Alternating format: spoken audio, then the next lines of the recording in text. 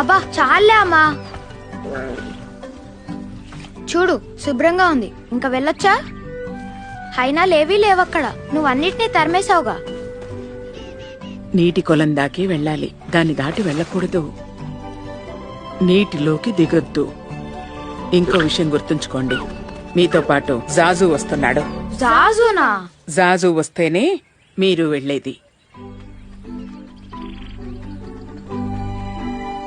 రండి, నాతో రండి, త్వరగా పదండి, అందరం కలిసి వెళ్ళాలి.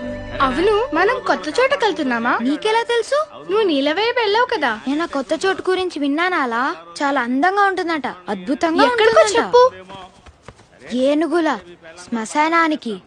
అవునా, ఎంత దూరం అది? ఎంతో కాదు, చీకటి గుహల వరకే. కంగారు పడుకు, అందరూ అక్కడికి వెళ్లారంట. మనం ఎప్పుడూ అంత దూరం వెళ్ళలేదుగా, తప్పిపోతేను. ఏం కాదు నాలా, ఈ రోజు ఉదయం మా నాన్నతో వెళ్లి